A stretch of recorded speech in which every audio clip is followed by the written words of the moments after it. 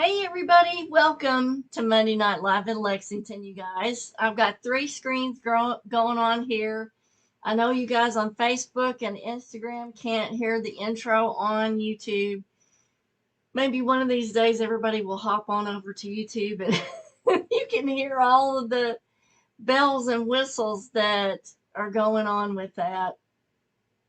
I'm looking at the YouTube viewer. It doesn't seem to be connecting. Yes, it is. Wait a minute. There it goes. Shout out to Kim Mintz. Let's do some shout outs over here on Facebook to Laura Day, Georgia Dixie Smith, Amber Bentine, Zoe Wheeler, Stephanie Deffenbaugh, Carol Thomas, Kathy Dalton. Good to see you guys. Susan Nisi. Glad to see you guys here on a Monday night. And hey to all you guys over here on Instagram. Good to see you too. Let's go over some brief, catching up to date. Happy 2022, you guys. So we're starting off the new year with psychic blocks and shields, and let's go over a few things that are coming up for this year. Hey to Denise Audie and Janice Shelton. Good to see you tonight. Good to see you from the UK, Denise. What's the weather like over there? It's been really snowy and like 10 degrees here. So I hope it's a little bit warmer where you are, Denise. So current events, I am in the process of uploading all of the classes that I've ever done, or I'm re-uploading them to Udemy and Skillshare this winter. So all of those should be done by this spring. And so whatever teaching, and it's going to include mediumship as well. So if you want to learn about your own mediumship abilities, you can go onto Udemy and Skillshare, and they will be there this spring. Hey to Brandywine, good to see you. And I will announce on Facebook and Instagram and YouTube the release of the courses, and I'll put links and all that. So all you have to do is watch the page and wait for the postings on it. Hey to Angela Shields, good to see you tonight. So all of those courses are going to be on there. And I'm starting off the first courses that will be loaded up will be the introduction to your psychic abilities, because that's kind of the springboard for everything else. And that's going to include, um, clairsentience and empathic ability and all that. Now, so I get, let's see, Brandywine says we are opening metaphysical shop this year, so we will definitely be joining some of your classes to learn. Well, great. Brandy, please put information about your shop in the comments for everybody, and we'll share that tonight. So yeah, anytime you guys are involved in something and you want to promote it, feel free to put that in the comments section. If you are a small business owner, I want to do everything I can to support you because times are difficult for everybody. And let's see. I think that we're still streaming over here on Instagram. It's hard to see behind there. Hey to Patty Keto Power. Good to see you. So let's go over blocks and shields, because I have a lot of clients who have abilities. They have like baby abilities, and it can get you into a little bit of trouble if you have abilities and they're wide open and you don't block or shield them. And you may be getting psychically drained from different people. You may have attachments that you don't know about because of your abilities. So it's really, really important to know how to do blocks and shields. And I may make this video part of the courses on Skillshare and Udemy, because they're super important. Blocks and shields, there is a difference between blocks and shields, and let's go over what those are. And if you have any questions, I will try to watch. This feed over here on Facebook goes so fast, it's hard to keep up with that. Hey to Taya Moore and Sandra Lee Small. Good to see you guys tonight. So, blocks. Other than just physically a block of wood, what we're talking about is something that obstructs or something that prevents or something that interrupts the energy. It's a cessation of the continuation of the energy. Hey to Charles Biggs, good to see you, fella. So a block is a complete cessation or stoppage of the energy, okay, an obstruction. Now, in psychology, when we talk about this, it's interruption or cessation, especially of the train of thought. Have you ever heard of writer's block? And so it's a complete stoppage or prevention of the thought from continuing. Psychological suppression, if you will. Hey to Judith Hessick, good to see you. Some common synonyms for blocks are hinder, impede, obstruct, interfere, but really a block kind of alludes to complete obstruction to the passage or the progress of something. Now that's different than a shield, okay?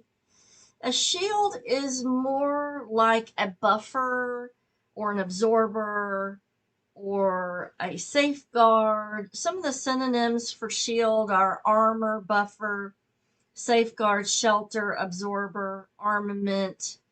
It's a prevention of an unpleasant experience to put a shield on, a preventable type of thing shields are. So shields and blocks are different in them that a block seems to be more impenetrable than a shield. A shield is more like an informal type of safeguard, if you will, a safeguard. Now I want to go into one other thing. The shows are now being sponsored because all this time I've been paying for all the equipment and time that goes into all this stuff myself. But now we have a sponsor, and that is Stay Kentucky. You won't be able to see it on Instagram or Facebook. I will run the promo on the YouTube channel, though, because, you know, they help keep the shows going. Hey to Mitzi Tribble. So Stay Kentucky is a site that you can go to if you want a Stay Kentucky vacation, like a staycation in Kentucky. So you can go there and pick up suggestions on like Airbnbs, conventional B&Bs, restaurants, events. You know, events down at Rupp Arena are all listed there as well. And so it's like a one-stop site to go to plan your vacation. Here we go.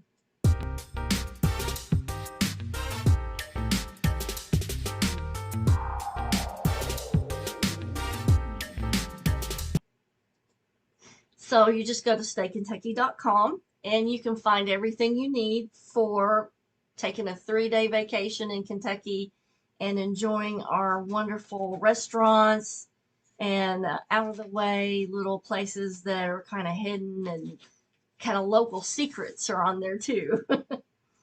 All right, back to blocks and shields. Let's go over some examples of blocks and shields, and then we'll go through an exercise of how to form these and how they work. It's really important that you understand how these work as well. So an example of a block, you're going to create these mental images to use as psychic protection. You would visualize, for blocks, you would visualize something impenetrable like a brick wall, a fence, a garage door, a metal wall, or maybe barbed wire. These are kind of examples of thought forms that you create. And the more that you focus your intention and the more detail that your visualization of the block is, the more psychokinetic it becomes. And so these things work through the formation of thought forms and the action of psychokinesis. So some examples of psychic shields would be the following.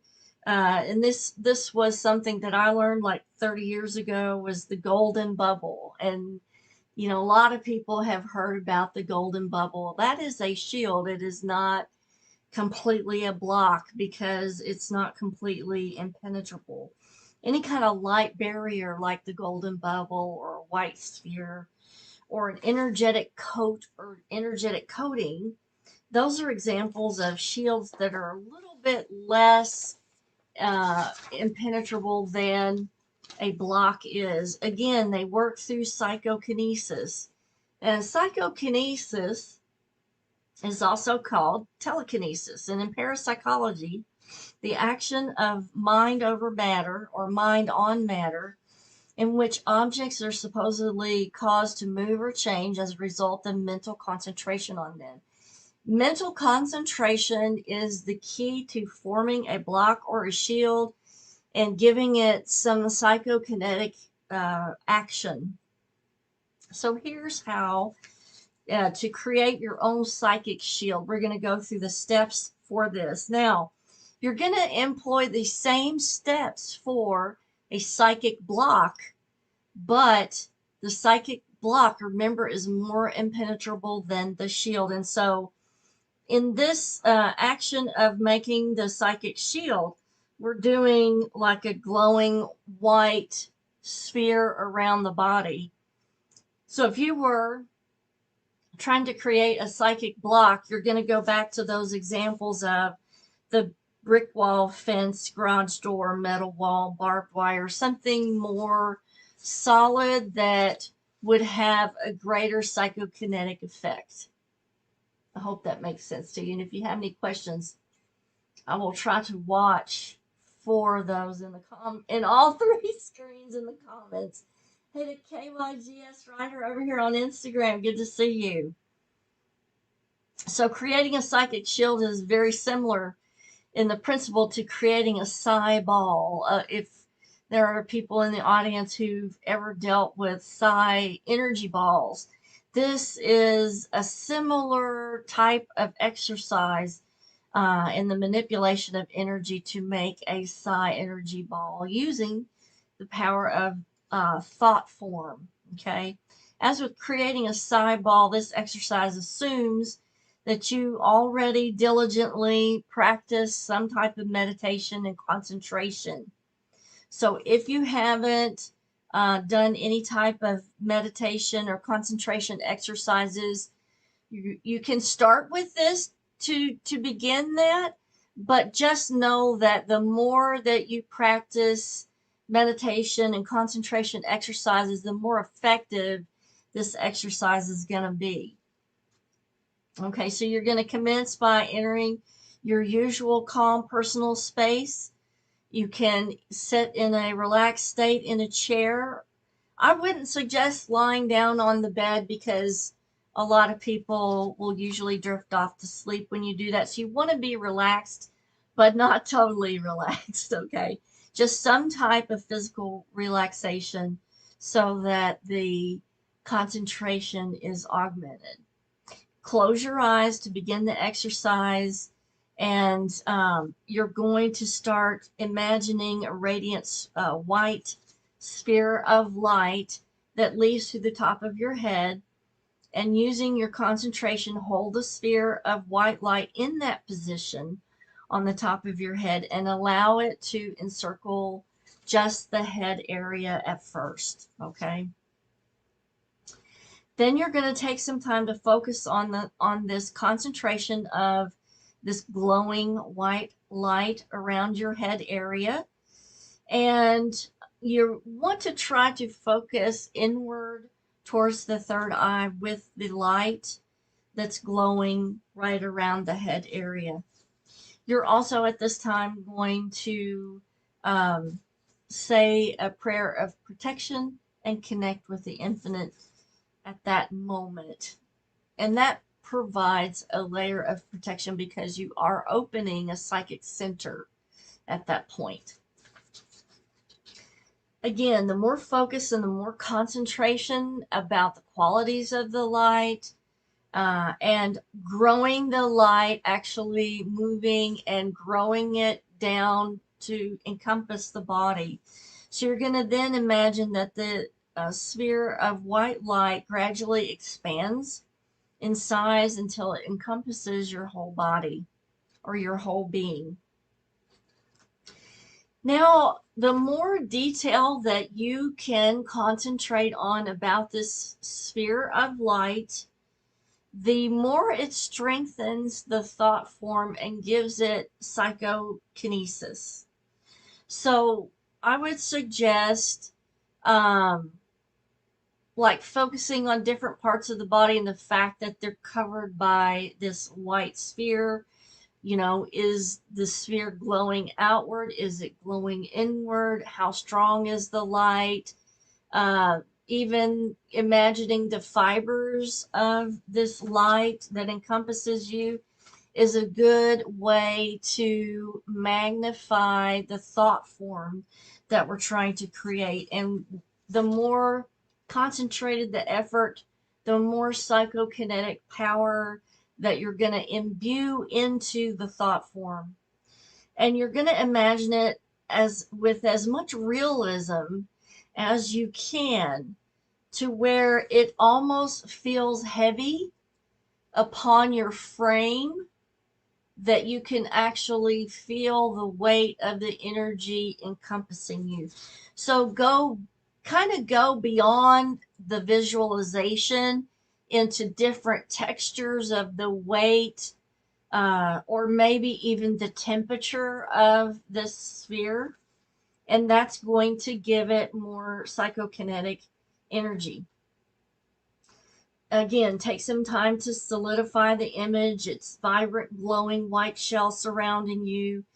Very detailed thought form at this point.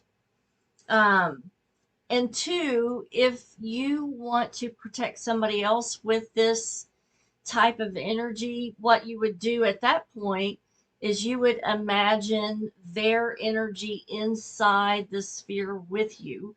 And then you would imagine this energy encompassing them, the weight of it on them, the texture, the temperature, all of those things, if you want to include somebody else in this protective measure. Okay. During this process, notice how strong that psychic shield is becoming. If you are concentrated on the weight of it and the temperature, you will actually start to feel those aspects of this thought form. Thought form creation is a lot more detailed explained in pranic healing. And so if you want to know more about it or you want to work more with that, I would suggest taking a course in pranic healing, and that deals with the creation of thought forms a lot more readily. At the end of the exercise of your psychic shield, you're going to thank the infinite for providing this protection and for protecting you from whatever it is that you feel like is an invasive force in your life. These are aspects that you need to use, like if you are an empathic person and you are going out into a public area, let's say you have to go to Walmart or Kroger, a lot of empaths will be really uncomfortable in a public setting. And so it's a good idea to use a psychic shield when you're going out into an area like that. Now, other times when you would use a psychic block is if you have to encounter somebody that you know has toxic energy for you, and that contact with them is really damaging to your energy field, or maybe you pick up dark energy from them. You would want to use a psychic block instead of a psychic shield, because remember, your shields are more like informal. Now, what I like to do when I'm using a psychic shield and I'm having to go out in public and I don't want to expose my energy to a lot of input from other people that may not be really positive. What I will do is instead of a white sphere, I like to use an energetic raincoat. And so what I imagine is like a energetic raincoat that I put on.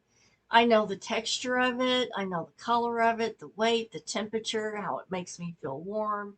And so something that you have real experience with in the physical life, if you give it an energetic form, it's more easy to manifest if you have some kind of physical experience with that.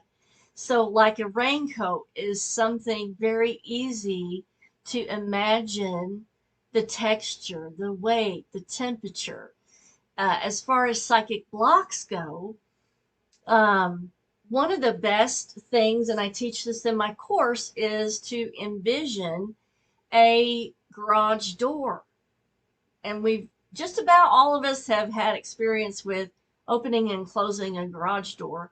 And so you can actually see, hear, and feel the garage door a lot easier than you can a white sphere or a golden bubble. Again, because in the physical, we don't tactfully have experience with touching, seeing, feeling a energy bubble.